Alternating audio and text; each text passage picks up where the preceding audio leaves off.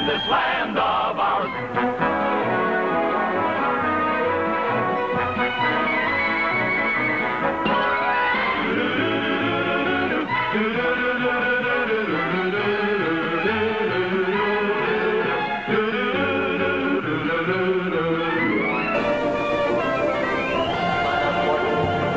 Hello, Canadian hockey fans in the United States.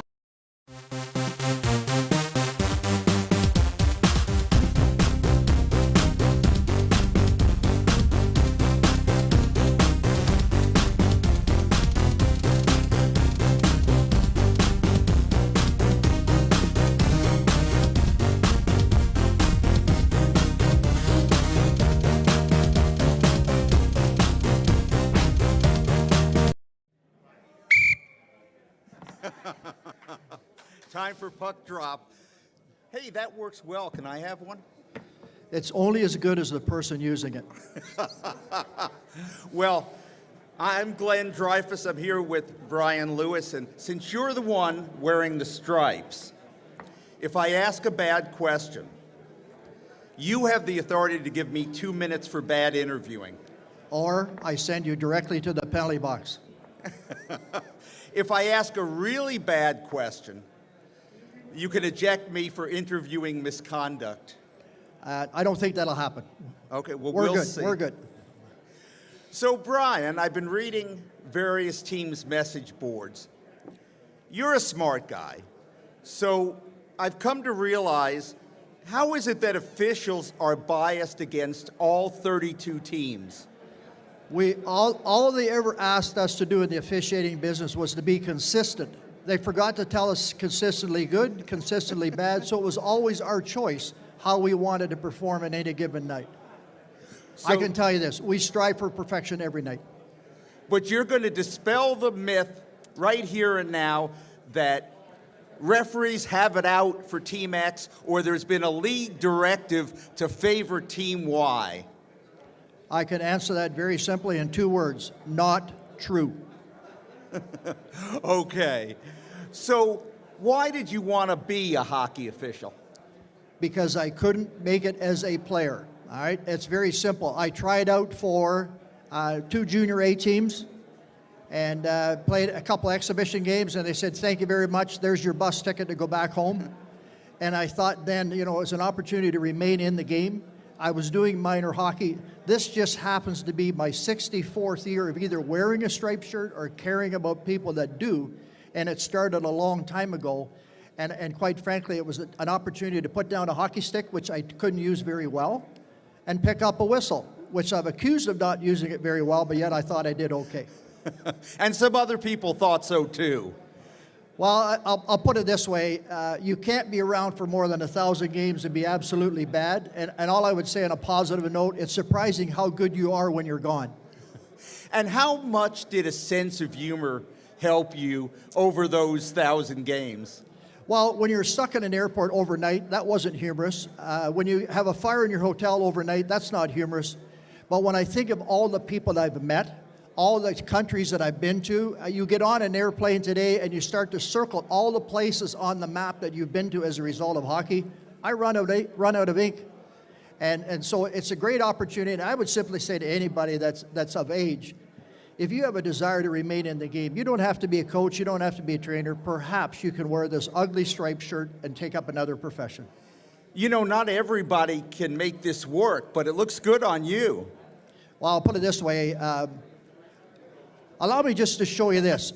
Tell you how tough things were. There we go. Oh, I didn't. No, I left it in a bag over there. Oh.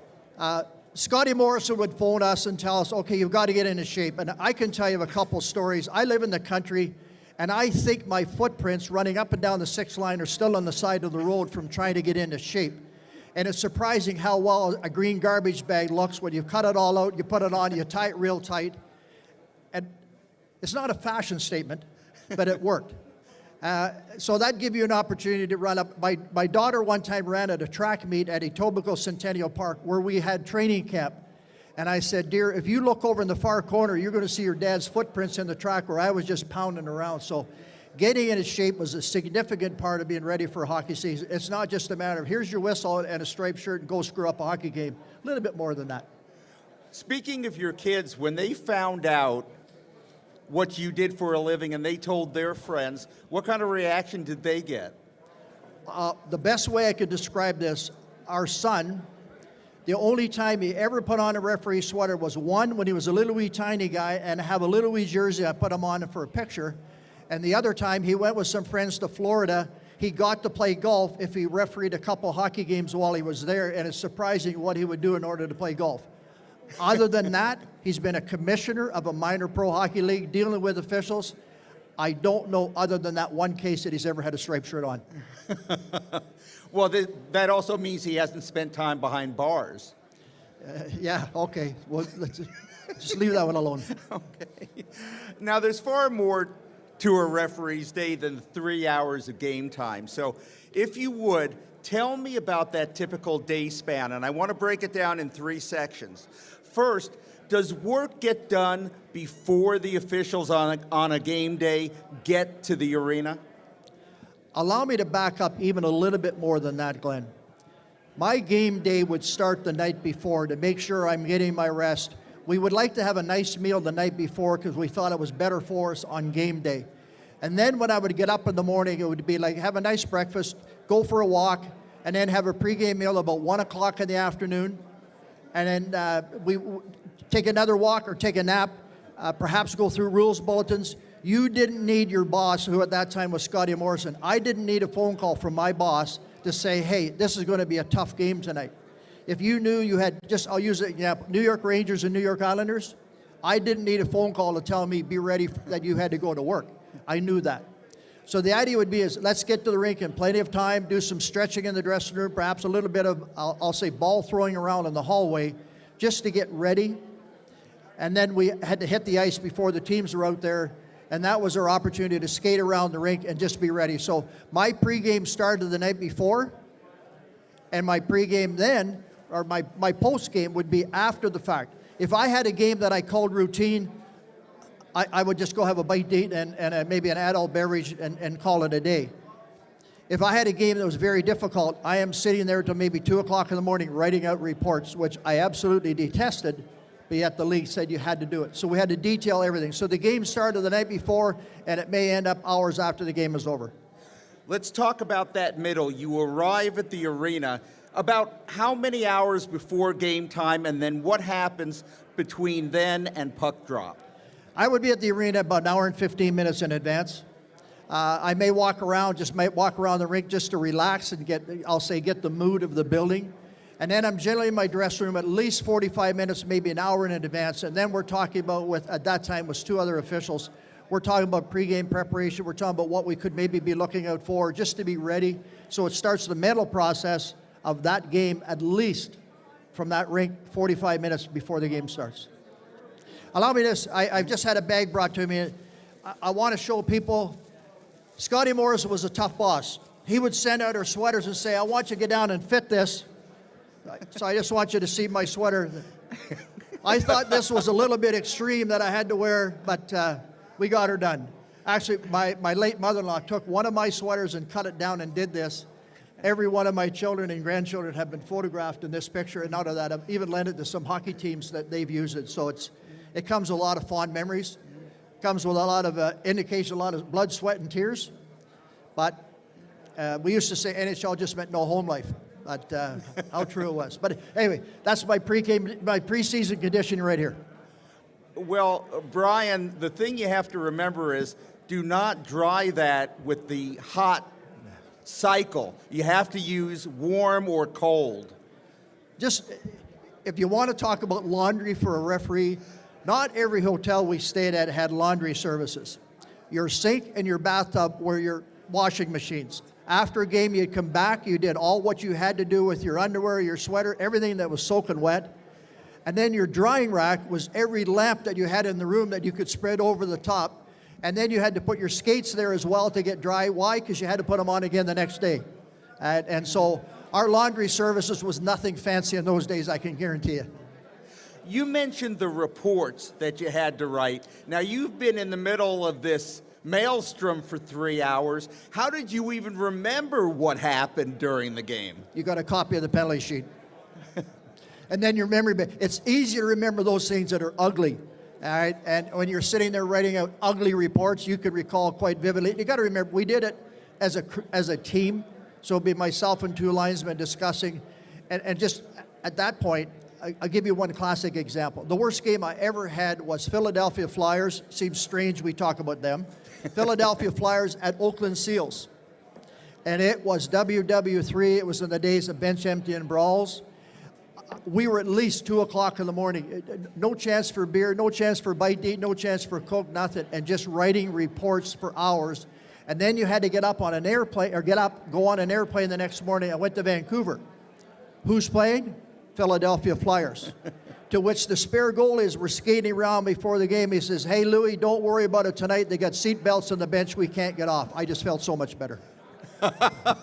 Maybe they should have been installed on all the benches in the 70s. Or maybe if we had a device that we could set up that, you know how you break the thing, break the wire and the electric modes go off, that perhaps for some of those people that should not have been on the ice, that perhaps there was some electric device that kept them on the bench. You mentioned that was the era of the full-scale brawls, sometimes 38 guys on the ice. And that is one way I think you guys had it tougher back in the day as officials than the officials of today, when they don't allow battle royales. Those are left to just the pro wrestling rings. So did you have a strategy for the mess? Because I remember, for instance, one referee called one time for the national anthem to be replayed because he thought it was the only way to stop guys from killing each other. I never got to that point. And I never called for police on the ice and all those that you think might happen. Probably this is where we're wrong in terms of what we did. And I say wrong. I can tell you of officials who had broken arms, torn up knees, broken jaws from going in and breaking up fights, trying to protect the athlete. So at the moment that there was a disadvantage, our linesman would be in quick. Why? To protect that guy that's at the disadvantage. And sometimes it's to his disfavor. And so I simply point out is their idea is player safety. The heck with official safety. It was player safety, and that would be one of the more significant parts that we'd play during an altercation. Was it your policy when the bench is cleared, you'd have to stay back and be an observer? Because there's no way you can bring order until those guys decided they were done dancing. Traditionally, we would talk to certain people on the ice that would be an asset to us in terms of getting their team members to stop. And that was the biggest thing that we had going for us was, you know, you'd skate over to number 16 and say, "Hey, get these guys to stop," that kind of stuff. Because you're right. 2 linesmen and 1 referee. And I would stand there. We had a riot pad, a little wee tiny pad. You had to write down numbers and tick marks whether they got 5 or 10 or a game or whatever have you. And then take that to the penalty box for translation. So part of my job was to stay back and observe. And the guys you really felt sorry for were the linesmen who had to get involved. And one thing that you didn't have to deal with that I think today's officials have it tougher is high definition TV, high definition video scoreboards, and super slow-mo that no human eye can match. And I think in all the sports, and maybe especially in hockey, we may be holding officials these days to a standard that isn't possible for human beings. In the years gone by, and I worked in the era of Clarence Campbell, John Ziegler, Gil Stein, and Gary Bettman. And they all had their own ways of conducting hearings and all that kind of stuff. So when things were bad, it's not only the report writing, and you would stand there and say, okay, I can remember this, I can remember that, and it was a report. Very few video clips went in. Just to give you an example, this morning, I'm a referee-in-chief of University Hockey. I've already got a clip from a game last night played at Lakehead. So the communication is nothing. Years ago, you'd get a call from the president of the National League, the American League, the Central League, the Western Hockey League, and say, what happened? And you described it. That was good enough. All right? Where today is your question here. I mean, the linesmen are questioned today on plays at the blue line and all that kind of stuff. And I can sit at home and I can be, or in a press box. I've never made a mistake there yet. And it's easy now with the high definition, everything to be able to say, that's right, that's wrong. And I look at it this way. I really get troubled by those close plays at the blue line because of one toe off the ice, where years ago that went as being part of the game. So yes, the high definition is making the job more difficult today, but let's remember, on a positive note, I happen to be the referee in chief when replays come in and video come in. We used it for certain reasons. And if you thought about it, there was a game one night in Minnesota that was won by Detroit, 1-0 on a puck that went through the net, and it was caught. And our idea was, let's go out of the building as officials with the idea being and knowing we made the right call. Let's go back to your first experience in the NHL, and I believe it was during the last season of just the original 6 teams. No, wasn't it 1966, 67? I started with expansion in 67. Okay, so tell me about what you remember about your first NHL assignment. My first NHL assignment was a linesman, and I hadn't been a linesman in years, and Scotty Morrison told me to referee a preseason game at Brantford, referee the first period, to be a linesman in the next 2. And I don't want to say that's how easy we took it. The part that I found most troublesome is I met the referee at Hamilton, and we drove day of the game to Pittsburgh, and I thought, is this what pro people do? I thought we were on airplanes all the time, and that didn't happen. Now, in terms of my first game as a referee, it was in Montreal, in the National Hockey League stand in Montreal, and I am sure that when the anthem was playing, I started at center ice, and probably by the time the anthem was over, I had bounced my way to the blue line because I was so nervous. But I think about it today, when I did my 1,000 game in the Montreal Forum, and when I did my first playoff game in the Montreal Forum, it just happened to be the way it worked out. And for me, I have a plaque at home with 3 pucks on it, and they all say the same thing, Montreal Canadiens. Now, you worked many Stanley Cup Finals games, many playoff games. Did you get up for that differently than regular season games like the players do? Absolutely, yes. And part of it is because of the pressure put on the players is also pressure put on us as officials. And we don't want marginal penalties, and we do everything we can to make the right call and all that kind of stuff. So absolutely, was the pressure there? No question. Some of the easiest games to referee in the playoffs would be Game 7, because nobody did anything stupid. They wanted to play hockey. So sometimes when you got that assignment for Game 7, it was like, okay, these guys are playing tonight. The biggest thing was to recognize the fact that players are playing and let them play. Now tell me about your last NHL game. 1,031 or 1,032? 23. 1,020. I knew if I gave you enough different numbers, eventually, just by sheer dumb luck, I'd come upon the right number, or you'd tell me.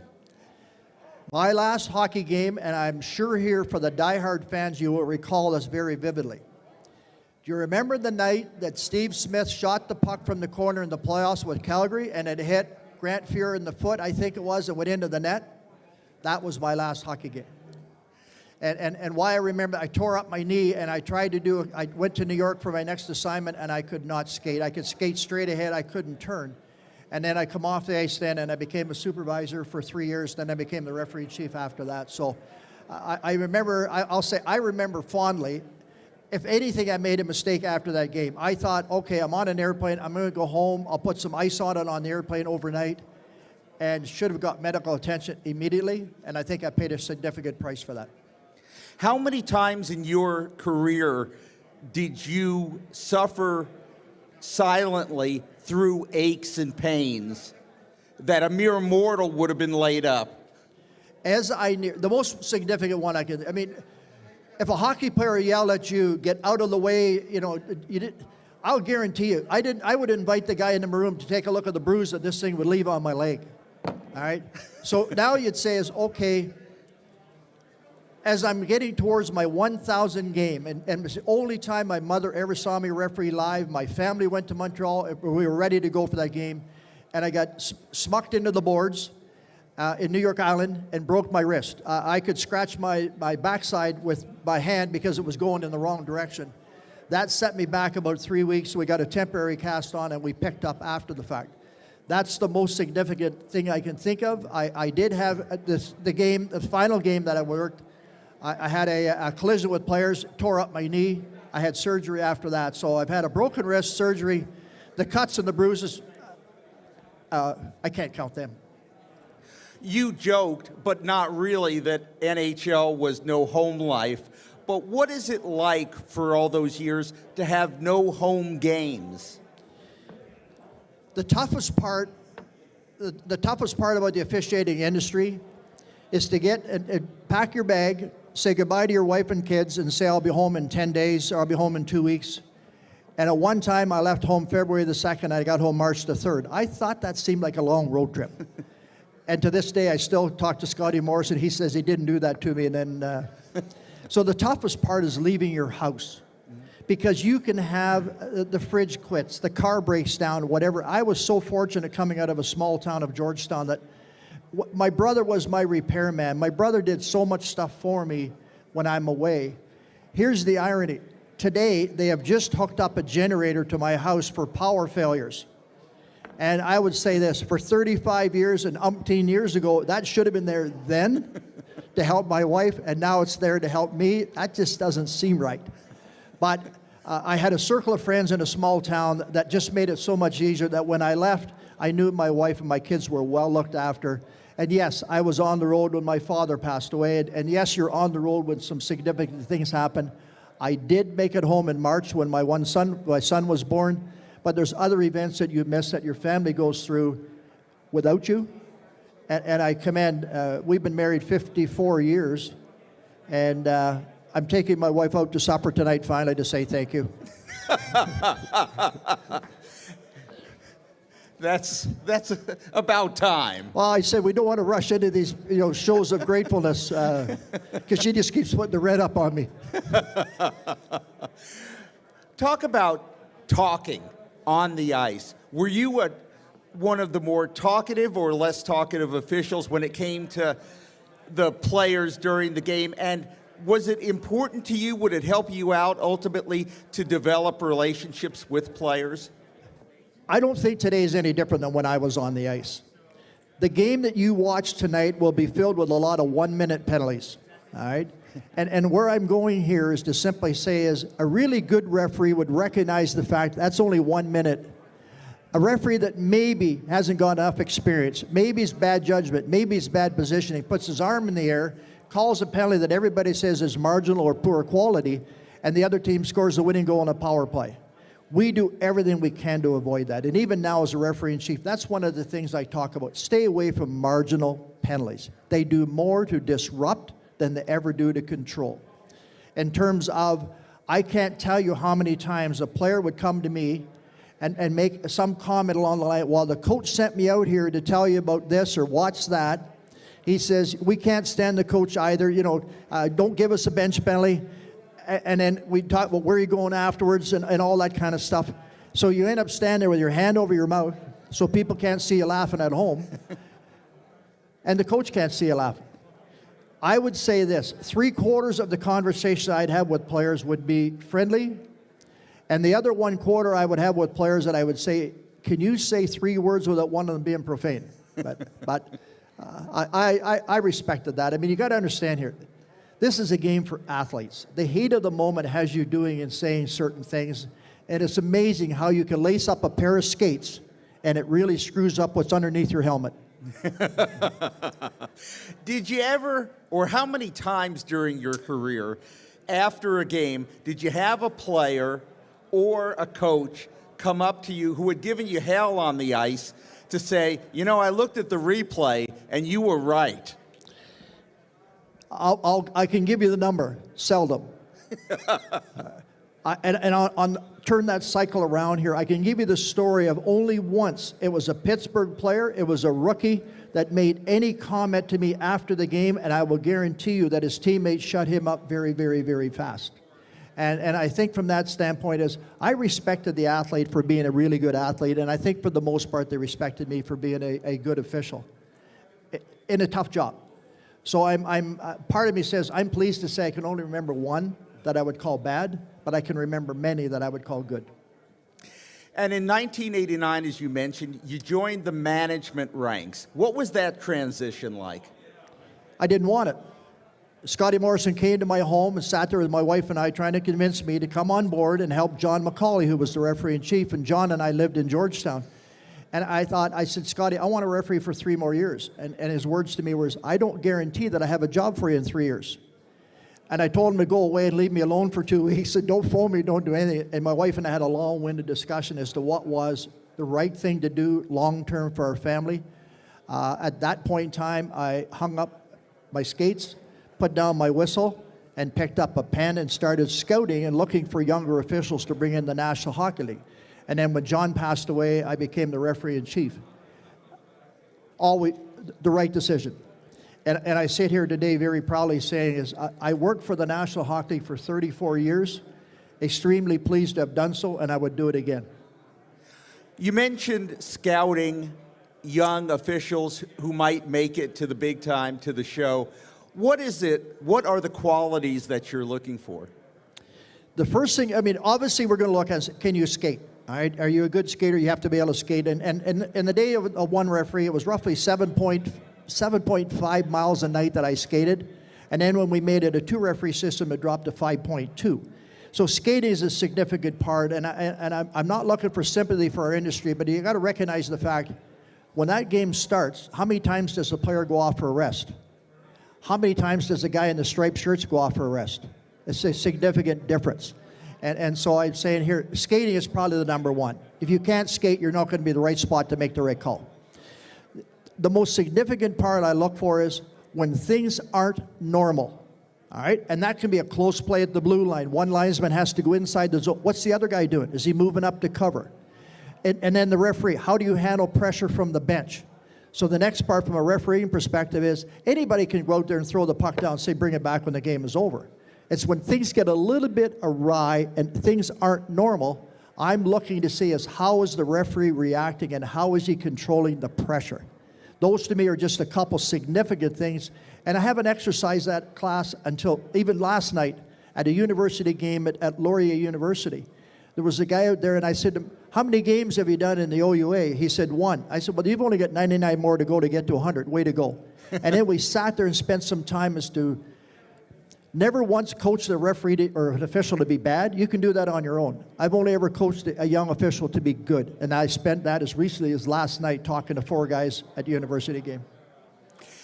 In the American Hockey League, the first wave of female officials have started working. What advice were you to give any, or maybe you already have, would you give to them because they face unique challenges in addition to all the regular ones? I had the opportunity to be involved in the Olympics in Nagano. And we were housed at the same hotels as the ladies work in the ladies' games.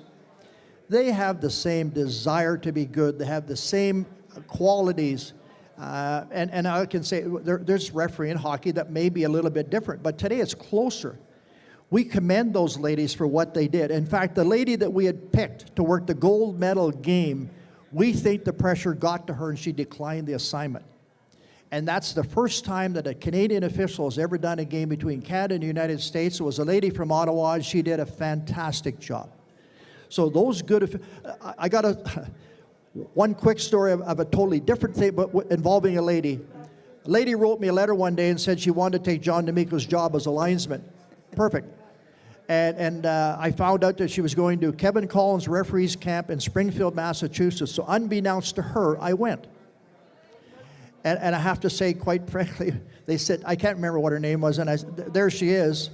And she went on the ice, and she got on the ice. She had to hang on to the boards because she couldn't skate. I felt so sorry, but yet you commend her for the desire that she had to be able to do it. Where today, I've already received a notice of a young lady that's out in Western Canada who wants to come to Ontario to work Ontario OHA, Ontario Hockey Association games. And I'm saying, why can't she be the first one to work university games where I'm the referee-in-chief? So things have changed dramatically. And I look at it and say, you know what, whether they've got a ponytail or not, These are very, very good officials. And I'm so pleased to see what's happening today. I had a granddaughter that I have in my scrap. My granddaughter wanted a referee. So we got her all the equipment, went to her very first game, and she was standing in the corner facing the boards. Her butt cheeks were facing the goalie, and I said, "Oh, Haley, that's wrong. She won't do that again." Well, be damned, the next face-off, she did it. So I went to the penalty box, I opened the door and said, "Haley, butt cheeks against the boards." "Oh, yeah, Papa." So, but I'll tell you what she did after 1 year, she quit. She couldn't take the parental BS. And Hockey Canada will tell you they lose 10,000 officials a year from parental abuse. That's a significant problem in our game, whether you do or do not, whether you have a ponytail or you don't. That's a problem that somehow we have to address in our industry. I'm glad you brought that up. What was it like as a supervisor being in charge of folks who had been your peers? It was okay. I finally stumped you. No, and where I don't want to answer it in this matter, but I'm going to, because I told you, I give you honest answers. When I became the referee-in-chief, I can honestly say I stood at the end of the rink, not hoping, not praying, but perhaps an official would get hurt, and that would be my excuse to go back out on the ice. And I thought, I can't do that. But I tell you what, it's the same thing there. We would sit after the game on purpose for a time period to discuss how can we be better the next game. Every official can learn something each game. Those guys are sponges to soak up the information, whether it came from me, John McCauley, Scotty Morrison, whoever. They were great. It was tremendous to be able to work with. The toughest part was to perhaps dismiss a person for a variety of reasons. That was most difficult, and I would call those days the worst days of my life. In 2007, you were named one of the most influential individuals in officiating history by Referee Magazine. Now, two things. Number one, I didn't know there was a Referee Magazine. But number two, why do you think you were included on that list? I paid them. No, it's an organization and when you think about officials, it's football, it's baseball, it's hockey, it's bowling, there's so many things from the officiating perspective. I've been at their conferences, and it's amazing what they do and how they try to teach us all to be better. And to me, that was an honor just to be recognized for being good at your profession. And I probably wrote them a thank you note. I would be surprised to read that initially, but still very mindful of what it meant, because just nice to be recognized within the officiating industry for having done something positive, because there are many, many, many times we're accused of not, and that's just not fair. Now, you have some show and tell items before we let you go. You got pucks, you got shirts. What do you want to share with us? Just a couple of things, and when I walked around today, I'm amazed at what I see and how kind some people have been. My first thing would be is, if anybody here can find a Wayne Babbage hockey card, I'd be more than happy to buy it from you. And I'll tell you why. There's a gentleman over here has supplied me with 3 or 4, another gentleman out there, so they're out there. And I'll tell you why. I'm in the background. My son was at a hockey card show. He bought every Wayne Babbage card. The guy said, why? He says, that's my dad in the background. So my line has always been, they were taking my card picture and Babbage skated in front of me. That's my hockey card. This is a puck the National Hockey was going to try one year. It was brought to us as an experiment. There's little bumps on it. It didn't get any place. The idea was it would go too fast. The bumps would allow it to slide across the ice more. This is a WHA puck. Every game in the WHA started with a blue puck, and it was the same concept as the ABA had a colored basketball, and it's the same guy that designed the WHA. So this is kind of something special. This would be the type of whistle that I would use, and I would tape it all up and that kind of stuff. This year, they're using what's called, by Foxcroft, a call, C-A-U-L. It's a tribute to John McCauley. All right, and this is what they're using this year. The noise is sharper and all of these, and Ron Foxcroft, I've been at Ron Foxcroft warehouse. We tried a whistle that would stop the clock, Many, many, many things have been tried over the years. A device on the goalpost that would detect the puck, whether it was across the line or not. These were just different rule books from years gone by. But then to tell you, this is how thick they are now. And we're supposed to know all of this from the front cover to the back cover. So I just simply put out, it's not, I go back to what I said a while ago, Glenn, it's not just a case of, here's your assignments, Lewis, go screw up a hockey game. No. Allow me just to say this. And we had an idle chat beforehand. The hockey game tonight may start out rough, tough, whatever have you, and I call what are the right penalties. Now we get in the third period and the score is 2-2 or 3-2. I get accused of putting this in my pocket. All I would ever say, please recognize the fact that the players playing in period 3 in a 2-2 hockey game are not doing and taking the same liberties that they did in the first period. Yet I get charged with putting this in my pocket. I have to recognize how the players are playing and act accordingly. Because they're human, you're human, the people watching are human. You shouldn't officiate like a robot. We should never lose the fact. And this is my granddaughter's game, my grandson's game, it doesn't matter. The game is for the players. There's the puck, bring it back when the game is over with. But unfortunately, I have to go to page 22 in here and call a hooking penalty. Why? Because they were bad boys. You mentioned your kids, your grandkids, and you mentioned parents. What kind of hockey parent and hockey grandparent are you? Very simply, understanding. All right? I don't expect miracles of my kids, my grandkids, or anybody else's kids. My son played university hockey. I never sat with the parents because I didn't like the way they acted and reacted. I sat down at the end and appreciated the fact it was a good hockey game. And I was tired of somebody saying, is that the right penalty? Should the face-off be here? I just wanted to sit and enjoy all of the kids on the ice playing. So I didn't get involved. I went to an arena recently to watch a granddaughter play a hockey game. And I'm trying to be polite here. There was a young lady referee in the hockey game that whatever call she made was the right call to make. I listened to a parent up behind me going on and on and on and just expounding off and shooting his face off to all the other parents saying that what that young girl had done is wrong. That's not fair. And so I don't want to get, and I debated, do I go up and say, here's the Hockey Canada rulebook, look on page 75, down the left-hand side, and the only person that was wrong was the father that thought he was right. Somehow we have to fix that. And I would be so adamant as to say, I can handle the coach on the bench. I got penalties. I can throw them out. I can't get to that dad in the seats. One story, refereeing a little kid's game one day, the little boy went offside. Next thing you know, I look and he's crying. And I said, I thought maybe he hurt himself. He said, I'm embarrassed. That's my dad yelling. If I could get that message to all those parents up there that are not mindful of what they're doing and the damage they're doing. I'm a counselor in my town. I'm embarrassed to tell you people that we just banned a father from the rink until March for being a buffoon and being ignorant and should have been banned. I shouldn't say I'm happy to see him banned, but somehow we have to impress upon. Hockey Canada loses 10,000 officials a year because of parental abuse, and we wonder why games are being canceled. Come on, people. We can do better than that as parents. So it's a long way to answer your question. Says, I don't get involved with the parents. Why? I don't want to be one of those saying, oh yeah, listen to that tape. Because you know what?